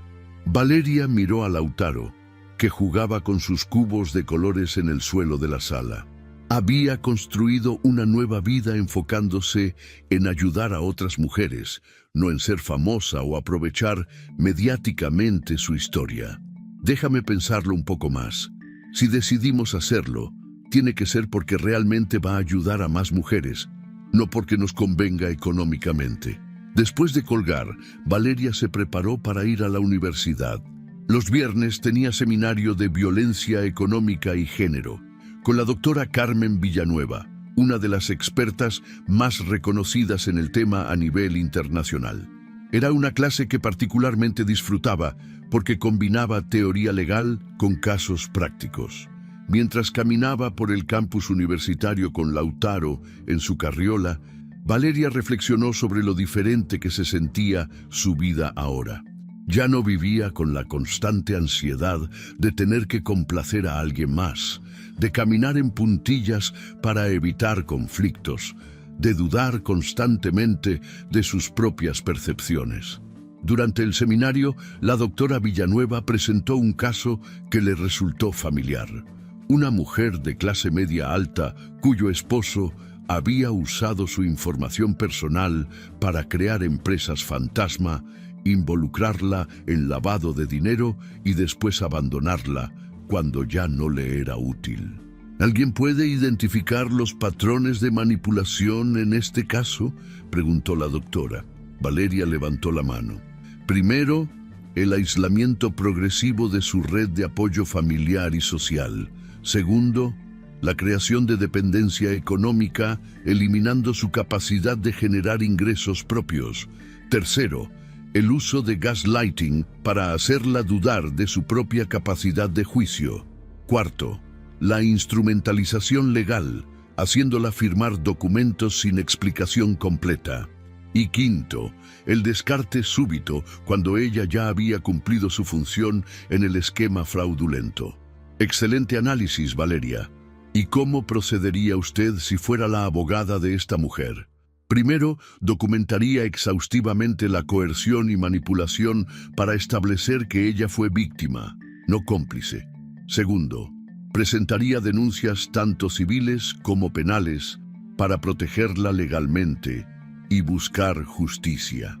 Tercero, trabajaría en su recuperación emocional, porque sin sanar el trauma psicológico es difícil tomar decisiones racionales a largo plazo. Y cuarto, la conectaría con redes de apoyo de otras mujeres que han vivido experiencias similares, porque la sanación también es colectiva. La doctora Villanueva sonrió. Y esa es exactamente la perspectiva integral que necesitamos más en este campo. El enfoque legal tradicional no es suficiente cuando estamos tratando con casos de violencia psicológica y económica. Necesitamos abogadas que entiendan las dimensiones emocionales y sociales del problema. Después de la clase, mientras caminaba de regreso a casa, Valeria recibió una llamada de Esteban. Valeria, te llamo para informarte que el juicio de Ricardo finalmente tiene fecha. Será en 3 meses. ¿Cómo se ve el caso? Muy sólido. La evidencia que recopilaste durante meses es irrefutable. El contador forense confirmó que desvió más de 12 millones de pesos a través de las empresas fantasma. También hay evidencia de al menos 23 víctimas diferentes de sus estafas inmobiliarias. ¿Y él cómo está? Según mi información, vive en un departamento pequeño en la periferia de la ciudad. Trabaja como vendedor de seguros para una empresa pequeña. Mireya testificó en su contra a cambio de inmunidad, y eso terminó de hundirlo. Valeria sintió una mezcla extraña de emociones. No era satisfacción exactamente, ni tampoco pena. Era más bien una sensación de justicia cumplida, de círculo cerrado. ¿Necesitas que vaya a testificar? Tu testimonio ya está documentado y videograbado. Además, creo que para tu proceso personal es mejor no verlo. Ya ganaste tu batalla, Valeria. No necesitas revivirla. Esa tarde, después de acostar a Lautaro para su siesta, Valeria se sentó en su escritorio para preparar la conferencia del día siguiente. El tema era De víctima a activista, transformando el trauma en herramienta de cambio social. Mientras organizaba sus notas, pensó en todas las mujeres que había conocido durante este año a través de la fundación. Estaba Carmen, una doctora de Monterrey que había descubierto que su esposo usaba su consulta médica para blanquear dinero del narcotráfico. Había a María José, una empresaria de Puebla cuyo socio y pareja la había dejado con todas las deudas de la empresa cuando decidió mudarse a España con su secretaria. Había a Alejandra, una maestra de Oaxaca que había sido víctima de violencia económica durante 15 años antes de encontrar el valor para denunciar. Cada una de estas mujeres había encontrado la fuerza para reconstruir su vida, y muchas se habían convertido en activistas y defensoras de otras mujeres en situaciones similares.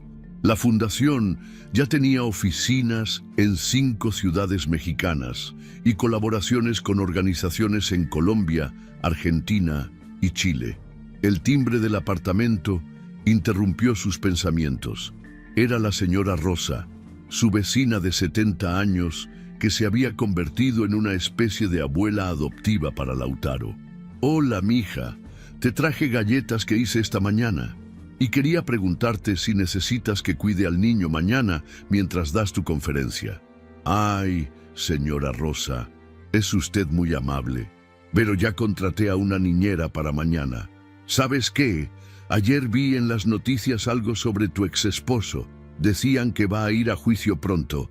Valeria asintió. «Sí, ya era hora. ¿Y tú estás bien con eso? No debes sentir culpas, ¿eh? Ese hombre se buscó lo que le está pasando». «No siento culpa, señora Rosa. Siento paz. Siento que la justicia está funcionando como debe ser». La señora Rosa la estudió con esa mirada sabia que tienen las mujeres que han vivido muchas décadas. «Te has vuelto muy fuerte, mija. Cuando llegaste aquí hace un año, se te notaba el miedo en los ojos. Ahora tienes la mirada de una mujer que sabe quién es». Esa noche, después de cenar y bañar a Lautaro, Valeria salió a caminar por el centro histórico de Querétaro. Era algo que había empezado a hacer regularmente.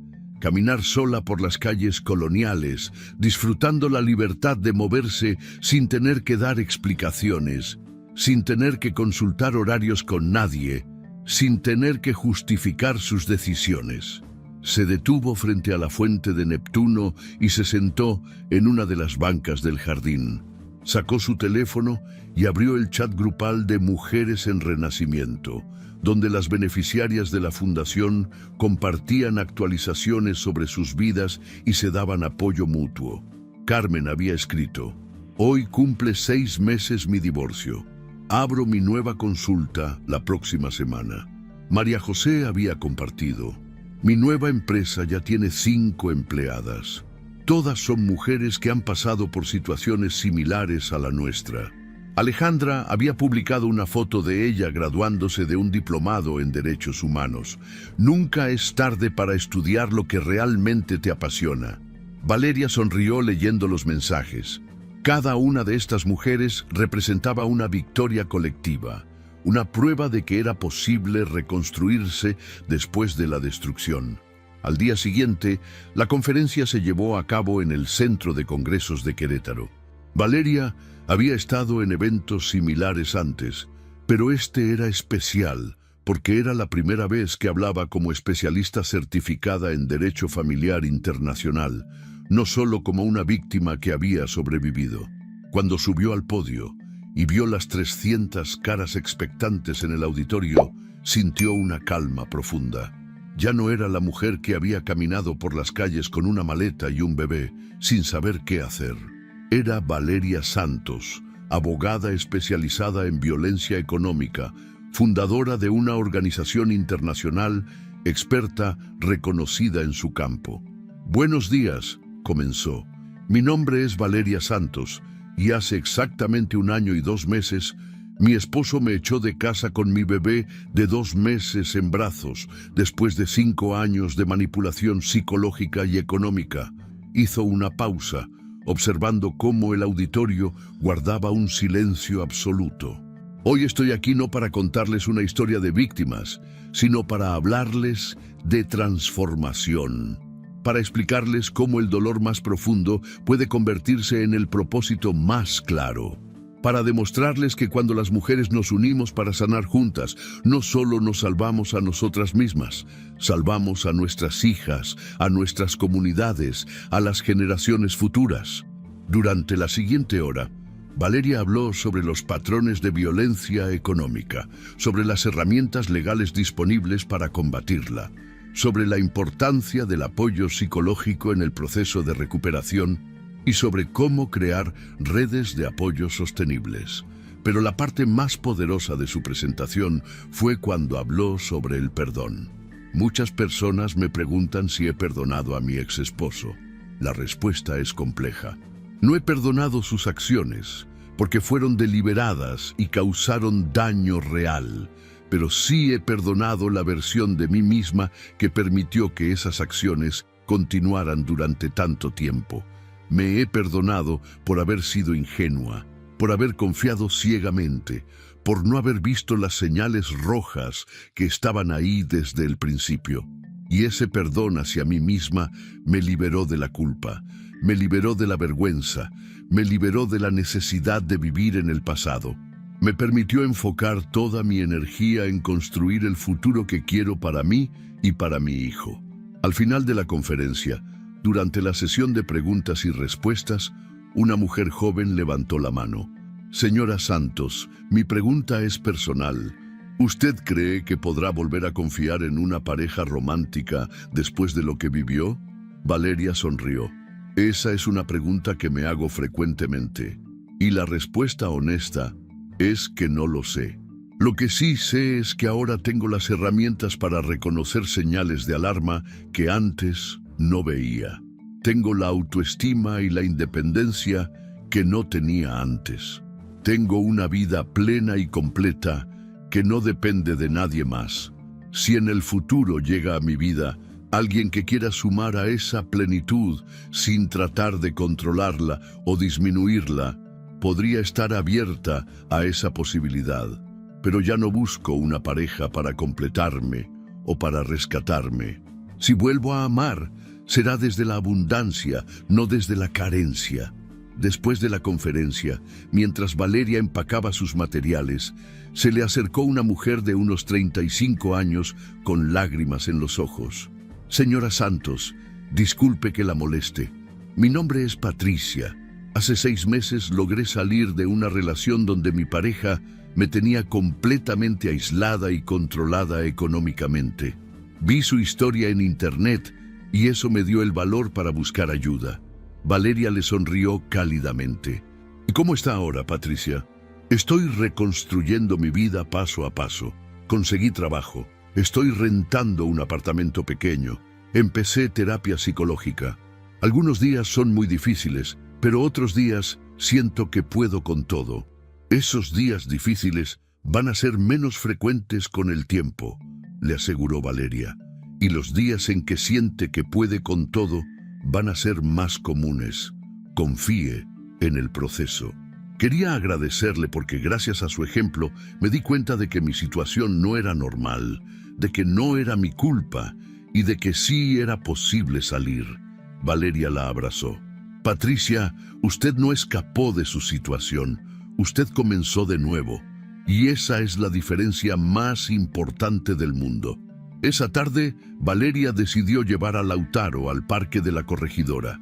Era un sábado soleado y el parque estaba lleno de familias disfrutando el fin de semana. Mientras Lautaro jugaba en los columpios bajo su supervisión, Valeria se sentó en una banca y reflexionó sobre el año que había pasado. Pensó en Ricardo, que probablemente en ese momento estaba en su departamento pequeño, preparándose para un juicio que sabía que iba a perder. Se preguntó si alguna vez entendería realmente lo que había hecho, si alguna vez asumiría responsabilidad genuina por el daño que había causado. Probablemente no, pero eso ya no era su problema. Pensó en Mireya, quien según las últimas noticias había dejado México y trabajaba ahora para una firma de abogados en Miami.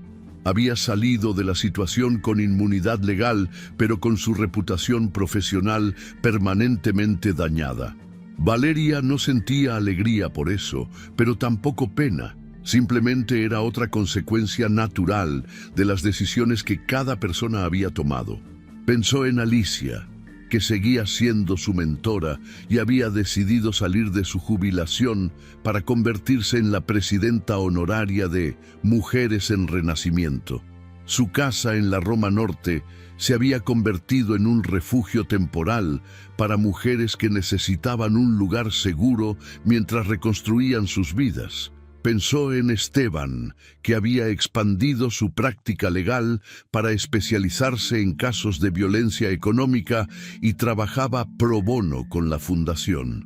Se había convertido en uno de los abogados más respetados en el campo y frecuentemente daba conferencias sobre el tema, pero sobre todo pensó en todas las mujeres que había conocido durante este año, cada una con su propia historia de supervivencia y transformación. Había aprendido que el abuso económico y psicológico no discriminaba por clase social, nivel educativo o edad. Había conocido doctoras, empresarias, amas de casa, estudiantes, todas unidas por la experiencia común de haber sido manipuladas y controladas por parejas que decían amarlas. Lautaro corrió hacia ella con una flor que había arrancado de uno de los jardines del parque. «¡Mamá!», le gritó con esa alegría pura de los niños pequeños. «¿Para mí? Gracias, mi amor», le dijo tomando la flor y dándole un beso. «¿Sabes qué? Mamá está muy orgullosa de la vida que hemos construido juntos».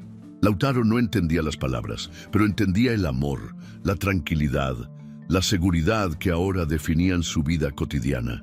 Ya no había gritos, ya no había tensión constante, ya no había el miedo que había caracterizado sus primeros meses de vida. Mientras jugaban en el parque, una mujer se acercó tímidamente. Era joven, quizás de 25 años, y llevaba gafas de sol que no lograban ocultar completamente las marcas de lágrimas recientes en su rostro. «Disculpe», dijo con voz vacilante. «¿Usted es Valeria Santos?» Valeria asintió. «Sí, soy yo. Yo leí su historia y vi su conferencia por internet. Y quería agradecerle». La mujer se quitó las gafas de sol, revelando ojos hinchados de llorar. «Mi nombre es Ana. Hace 3 meses logré salir de una relación donde me tenían completamente controlada. Cuando leí lo que usted había vivido, me di cuenta de que yo no estaba loca, de que lo que me estaba pasando no era normal». Valeria se levantó y se acercó a Ana. «¿Y cómo está ahora?» «Algunos días bien, otros días terrible, pero ya no estoy en esa situación. Estoy viviendo con mi hermana mientras junto dinero para independizarme completamente». ¿Y qué la ayudó más a tomar la decisión de irse? Leer en su blog que usted escribió: «Tu fuerza sigue ahí, solo está esperando que la encuentres». Esa frase me la repetí todos los días hasta que finalmente tuve el valor de irme. Ana comenzó a llorar, pero eran lágrimas de liberación, no de desesperación. «Siento que al fin puedo respirar. Por primera vez en años puedo respirar completamente». Valeria la abrazó mientras Lautaro jugaba cerca de ellas. «Ana, quiero que entienda algo muy importante. Usted no escapó de su situación. Usted comenzó de nuevo. Y comenzar de nuevo requiere un tipo de valor que no todo el mundo tiene». ¿De verdad cree que va a mejorar? No solo creo que va a mejorar, sé que va a mejorar. Porque el simple hecho de que esté aquí, de que haya tomado esa decisión tan difícil, me dice que usted tiene la fuerza interior necesaria para reconstruir su vida completamente. Ana se secó las lágrimas y sonrió por primera vez desde que se había acercado. ¿Puedo preguntarle algo? ¿Usted es feliz ahora? Valeria miró alrededor del parque, vio a Lautaro corriendo entre las flores, sintió el sol cálido en su rostro, pensó en la conferencia que había dado esa mañana, en las mujeres que estaban reconstruyendo sus vidas con la ayuda de la fundación, en los proyectos que tenía planeados para el futuro. Soy feliz de una manera que nunca había sido antes, Ana. Soy feliz de manera auténtica, no dependiente. Soy feliz conmigo misma, con la madre que soy, con el trabajo que hago, con la vida que he construido. Es una felicidad que nadie me puede quitar porque no depende de nadie más que de mí. Ana asintió, como si esas palabras fueran exactamente lo que necesitaba escuchar. Gracias, dijo simplemente, por contar su historia, por crear espacios para mujeres como nosotras, por demostrar que sí es posible. Ana, usted ya demostró que es posible. El momento más difícil ya pasó. Ahora solo tiene que confiar en el proceso de reconstrucción. Después de que Ana se fue, Valeria se quedó un rato más en el parque con Lautaro. Mientras lo veía jugar, reflexionó sobre lo extraño que era el camino de la vida. Un año atrás, había estado en el punto más bajo de su existencia, sintiendo que había perdido todo, y ahora estaba en un lugar que ni siquiera había sabido que era posible. El dolor de la traición de Ricardo había sido real, profundo, devastador. Pero ese dolor se había transformado en sabiduría, en fortaleza, en propósito. No había sido un proceso fácil ni rápido, pero había sido posible. Cuando llegaron a casa esa tarde, Valeria puso a Lautaro a tomar su siesta y se sentó en su escritorio para escribir. No para el blog, que ya había cumplido su propósito, sino en su diario personal, donde registraba sus pensamientos y reflexiones para el libro que estaba escribiendo sobre su experiencia. Hoy una mujer llamada Ana me agradeció por haberle dado valor para cambiar su vida, pero la verdad es que Ana ya tenía ese valor. Solo necesitaba que alguien le dijera que era normal sentir miedo, que era posible salir, que había vida después del abuso. Creo que esa es la lección más importante que he aprendido este año, que nuestras historias de supervivencia no son solo nuestras. Son faros para otras mujeres que están navegando en la oscuridad, buscando la salida. Ricardo pensó que me había destruido cuando me echó de casa, pero lo que realmente hizo fue liberarme para convertirme en quien realmente soy. Me forzó a encontrar una fuerza que no sabía que tenía, a desarrollar habilidades que no sabía que podía desarrollar, a crear una vida que es genuinamente mía. Lautaro nunca va a recordar los primeros meses de dificultad. Lo que va a recordar es crecer en una casa llena de amor, con una madre que eligió la valentía sobre la comodidad, que eligió la autenticidad sobre la conveniencia. Y esa, creo yo, es la venganza más perfecta, vivir tan plenamente que la persona que trató de destruirte se vuelve irrelevante en tu historia. Esa noche, después de acostar a Lautaro, Valeria salió a la terraza pequeña de su apartamento con una taza de té. Podía ver las luces del centro histórico de Querétaro, una ciudad que se había convertido en su hogar, en su refugio, en el lugar donde había aprendido a ser ella misma sin disculpas. Su teléfono vibró con un mensaje de un número desconocido. Por un momento, sintió un destello de ansiedad, preguntándose si podría ser Ricardo. Pero cuando abrió el mensaje, era de una mujer en Perú, que había encontrado la fundación en Internet y necesitaba ayuda para salir de una situación de violencia económica. Valeria sonrió y comenzó a responder el mensaje. Este era su trabajo ahora, su misión, su propósito, tender puentes para que otras mujeres pudieran cruzar del miedo hacia la libertad. Mientras escribía, pensó en todas las versiones de sí misma que había sido a lo largo de su vida. La joven ingenua que se enamoró de Ricardo, la esposa controlada que había perdido su identidad. Si te gustó esta historia, deja tu comentario y cuéntanos desde qué país nos estás viendo, es muy importante para nosotros. Deja tu like y suscríbete al canal para seguir recibiendo historias increíbles como esta nueva historia que está apareciendo para ti ahora. Haz clic en la historia que está apareciendo en pantalla y sorpréndete.